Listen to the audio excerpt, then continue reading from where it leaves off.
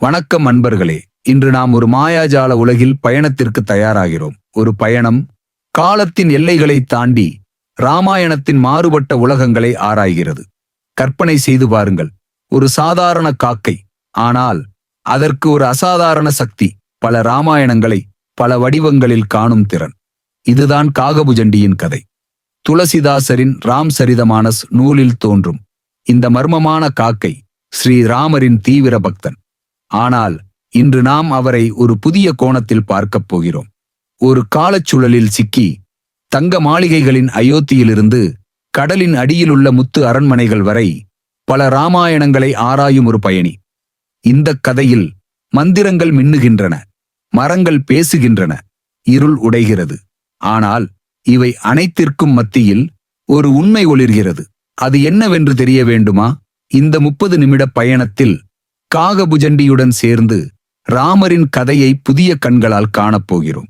உங்கள் இதயத்தை திறந்து இந்த மாய உலகில் மூழ்கத் தயாராகுங்கள். உங்களுக்கு ஒரு கேள்வி. உங்கள் வாழ்க்கையின் ஒரு கதையை மீண்டும் மீண்டும் வாழ்ந்து அதிலிருந்து ஒரு புதிய உண்மையை கற்றுக்கொள்ள வேண்டுமென்றால் எந்த கதையை தேர்ந்தெடுப்பீர்கள்? இதை மனதில் வைத்து காகபுஜண்டியின் பயணத்தை ஆரம்பிக்கலாம். அந்த இரவு வழக்கமான இரவு அல்ல.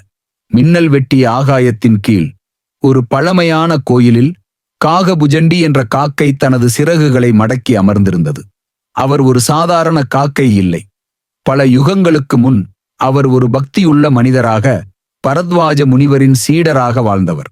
ஆனால் ஒரு தவறு குருவை அவமதித்த தருணம் அவரை ஒரு காக்கையாக மாற்றியது. ஆனால் அந்த சாபம் ஒரு மர்மமான வரத்துடன் இணைந்திருந்தது. காகபுஜண்டி என்று முனிவரின் குரல் அந்த இரவில் எதிரொலித்தது. நீ காலத்தின் கதவுகளை திறப்பாய். ராமரின் கதையை பல உலகங்களில் பல வடிவங்களில் காண்பாய். ஆனால் உண்மையை உணர்ந்தால் மட்டுமே இந்த சுழலிலிருந்து விடுபடுவாய். அந்த வார்த்தைகளுடன் காகபுஜண்டியின் உலகம் மாறியது. அவர் ஒரு காலச்சுழலில் சிக்கினார்.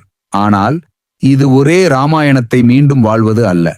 பல ராமாயணங்களை ஆராயும் ஒரு மாயாஜால பயணமாக இருந்தது. முதல் உலகம், தங்கத்தின் அயோத்தி. காகபுஜண்டியின் முதல் காலச்சுழல் அவரை ஒரு மின்னும் உலகத்திற்கு இழுத்துச் சென்றது. அயோத்தி தங்கத்தாலான மாளிகைகளால் ஒளிர்ந்தது. ஆனால் இந்த அயோத்தியில் ராமர் ஒரு அரசராக இல்லை. அவர் ஒரு மந்திரவாதியாக, மக்களின் கனவுகளை நனவாக்கும் ஒரு தெய்வீக சக்தியாக இருந்தார். சீதை ஒரு வானதேவதையாக வானத்தில் நட்சத்திரங்களை உருவாக்கினார். ஆனால் இந்த உலகத்தில் ராவணன் ஒரு இருள் மந்திரவாதியாக நட்சத்திரங்களை திருடி உலகை இருட்டில் மூழ்கடித்தான். காகபுஜண்டி ஒரு மரத்தின் மீது அமர்ந்து ராமரின் மந்திரவில்லை பார்த்தார். அது ஒரு ஒளிக்கற்றையாக மாறி ராவணனின் இருளை அளித்தது. ஆனால் போர் முடிந்தவுடன் உலகம் மறைந்து காகபுஜண்டி மீண்டும் இருட்டில் தனியாக நின்றார். இது உண்மையான ராமாயணமா என்று அவர் குழம்பினார். அப்போது ஒரு மெல்லிய குரல் எதிரொலித்தது. இன்னும் பயணிக்க வேண்டும் காகபுஜண்டி. இரண்டாம் உலகம், காட்டின் ராமாயணம். அடுத்த சுழற்சியில் காகபுஜண்டி ஒரு பசுமையான மர்மமான காட்டில் தோன்றினார். இந்த உலகத்தில் ராமர் ஒரு வேடனாக, காட்டின் காவலராக இருந்தார். சீதை ஒரு மூலிகை மருத்துவராக மரங்களுடன் பேசும் சக்தி கொண்டிருந்தார்.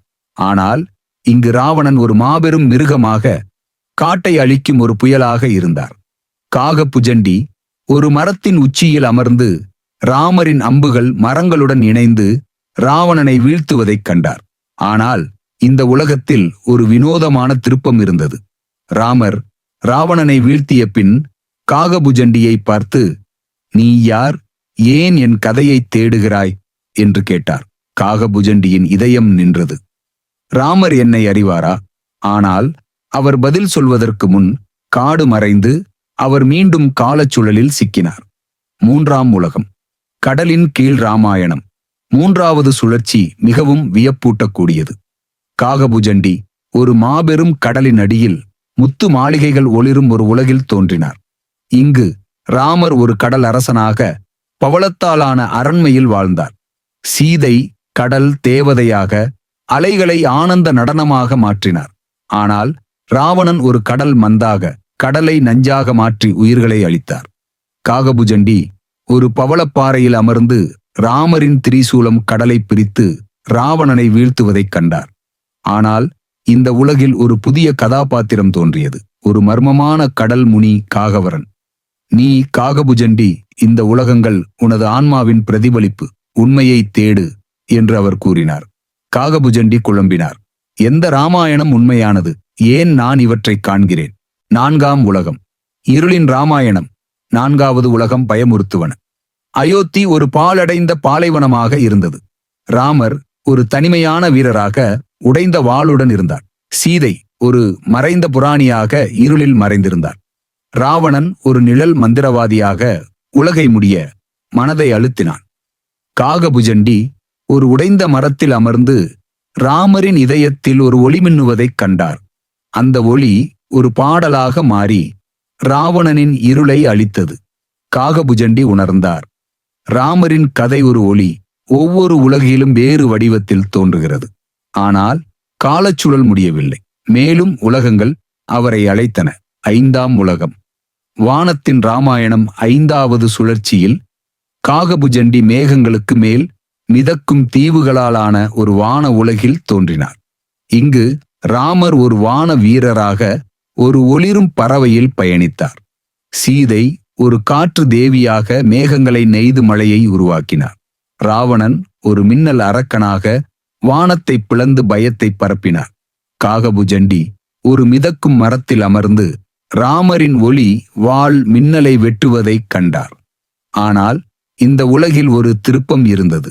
சீதை ராவணனை வீழ்த்துவதற்கு முன் அவனது இதயத்தில் ஒரு நல்ல துளியைக் கண்டு, எல்லா உயிர்களிலும் ஒரு ஒளி உள்ளது என்று கூறினார். இந்த வார்த்தைகள் காகபுஜண்டியை ஆழமாக பாதித்தன. ராவணனிலும் ஒளியா என்று அவர் சிந்தித்தார். உலகம் மறைந்தது. ஆனால் அவரது கேள்வி எஞ்சியது. 6ஆம் உலகம். நிழல்களின் ராமாயணம். 6வது உலகம் ஒரு மர்மமான இடமாக இருந்தது. எல்லாமே நிழல்களால் ஆனது. மரங்கள், மனிதர்கள், மாளிகைகள் அனைத்தும் உருவமற்ற நிழல்களாக மிதந்தன. இங்கு ராமர் ஒரு நிழல் காவலராக ஒரு ஒளிரும் சுடருடன் இருந்தார். சீதை ஒரு கனவு நெசவாளியாக நிழல்களுக்கு உருவம் கொடுத்தார். ராவணன் ஒரு நிழல் மாயையாக உலகை கனவு முடியில் சிக்க வைத்திருந்தார். காகபுஜண்டி ஒரு நிழல் மரத்தில் அமர்ந்து ராமர் மற்றும் சீதை இணைந்து ஒரு ஒளி நடனத்தை ஆடுவதைக் கண்டார். அந்த நடனம் ராவணனின் மாயையை உடைத்தது. ஆனால் இந்த உலகில் காகபுஜண்டி ஒரு புதிய கதாபாத்திரத்தை சந்தித்தார். ஒரு நிழல் காக்கை, அவரது சொந்த பிரதிபலிப்பு. நீயே உனது சுழலின் உருவாக்கி என்றது கூறியது. காகபுஜண்டி திடுக்கிட்டார். நானா இவற்றை உருவாக்கினேன்? உலகம் மறைந்தது. ஆனால் அவரது ஆன்மா ஒரு புதிய விழிப்புணர்வை அடைந்தது. 7ஆம் உலகம். நட்சத்திரங்களின் ராமாயணம். 7வது சுழற்சி மிகவும் அற்புதமானது. காகபுஜண்டி ஒரு பிரபஞ்ச உலகில் நட்சத்திரங்கள் மற்றும் கோள்களாலான ஒரு விண்வெளியில் தோன்றினார். இங்கு ராமர் ஒரு விண்மீன் தலைவராக ஒரு ஒளிரும் விண்கலத்தில் பயணித்தார். சீதை ஒரு நட்சத்திர உருவாக்கியாக புதிய கோள்களை உருவாக்கினார். ராவணன் ஒரு கருந்துளை அரக்கனாக பிரபஞ்சத்தை விழுங்கினார். காகபுஜண்டி ஒரு விண்மீன் மீது அமர்ந்து ராமரின் ஒளி ஆயுதம் கருந்துளையை அழிப்பதைக் கண்டார். ஆனால் இந்த உலகில் ராமர் அவரை நோக்கி திரும்பி, காகபுஜண்டி, இவை அனைத்தும் உனது ஆன்மாவின் பயணம், உண்மை உனக்குள் உள்ளது என்று கூறினார். அந்த வார்த்தைகள் காகபுஜண்டியின் இதயத்தில் ஒரு ஒளியை ஏற்றின. உலகம் மறைந்தது. ஆனால் காலச்சுழல் உடைந்தது. இறுதி உலகம். உண்மையின் தரிசனம். கடைசி தருணத்தில் காகபுஜண்டி ஒரு ஒளி மையமான உலகில் தோன்றினார். அங்கு ராமர் ஒரு தெய்வீக உருவாக ஒரு தாமரையில் அமர்ந்திருந்தார். சீதை அருகில் ஒரு ஒளிக்கற்றையாக ஒளிர்ந்தாள். ராவணன் இல்லை, இருள் இல்லை. காகபுஜண்டி என்று ராமரின் குரல் எதிரொலித்தது. நீ பல உலகங்களைக் கண்டாய். ஆனால் உண்மை ஒன்றே, பக்தியும் அன்பும் மட்டுமே உண்மையானவை. இப்பொழுது இந்த ஞானத்தை உலகுக்கு எடுத்துச் செல். காகபுஜண்டி ஒரு ஞானியாக கருடனுக்கு ராமரின் மகிமையை விளக்கினார். நான் பல ராமாயணங்களைக் கண்டேன் என்று அவர் கூறினார். ஆனால் ஒவ்வொரு கதையிலும் ராமரின் கருணையே உண்மையாக இருந்தது. அன்பர்களே, காகபுஜண்டியின் அற்புத பயணம் நம்மை தங்கத்தின் அயோத்தியிலிருந்து நட்சத்திரங்களின் பிரபஞ்சம் வரை அழைத்துச் சென்றது. இந்த பல ராமாயணங்கள் நமது வாழ்க்கையின் கதைகளைப் போன்றவை ஒவ்வொரு சுழற்சியிலும் ஒரு புதிய பாடம், ஒரு புதிய உண்மை. காகபுஜண்டி நமக்கு கற்பித்தது ஒன்று: எந்த உலகமாக இருந்தாலும் பக்தியும் அன்பும் ஞானமும் நம்மை உயர்த்தும். இந்த கதை உங்கள் இதயத்தை தொட்டிருந்தால் உங்களுக்கு ஒரு கேள்வி: உங்கள் வாழ்க்கையில் எந்த கதையை மீண்டும் வாழ்ந்து ஒரு புதிய புரிதலை பெற விரும்புகிறீர்கள்? இதை கீழே உள்ள கருத்துப் பகுதியில் பகிர்ந்து கொள்ளுங்கள்.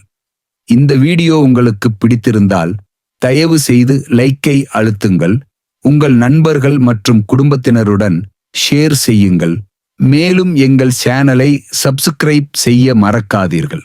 அடுத்து இந்திய புராணங்களின் மற்றொரு மாயாஜால கதையுடன் உங்களை சந்திக்கிறோம். அதுவரை ராமரின் ஒளியில் பயணித்து உங்கள் உண்மையை தேடுங்கள். ஸ்ரீராம ஜெயம். நன்றி. மீண்டும் சந்திப்போம்.